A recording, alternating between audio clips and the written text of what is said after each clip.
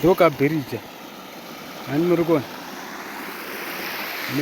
panobatwa hove panobatwa hove panoitwa zvese tichikuradzidzai kamuti musazoti he hamuna kuona ndozviri kuitika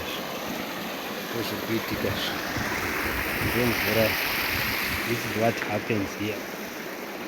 Muri kuona ndozvinoitika papa ndiri kumusha chivhundara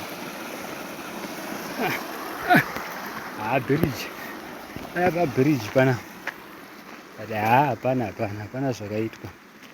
Muri tiri pabhiriji rakazama vari kugadzirwa but hapana nzira yacho vanoine mota apanapa zvinonzi at your own risk. Unofanira kungofamba at your own risk. Ani muri kuona hove ndo dzinobatwa panapa. Maida usikobata zvako hove unayobata. Muri kuona nyungururwi chichi. Yes, this is what it looks like. Kandi muri kuona this is what it looks like. Mvura iri kuyerera pa. Ndiri pabhiriji patodarika mota manje so I'm going. Bhiriji racho handere manga hapana.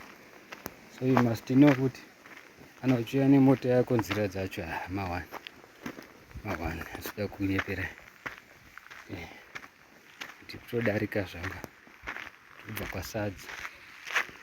kwasadza nimubona nekwandayo. Nimubona this is what it looks like. The summer summers. Thank you so much. Welcome to TFA Files TV. Danko.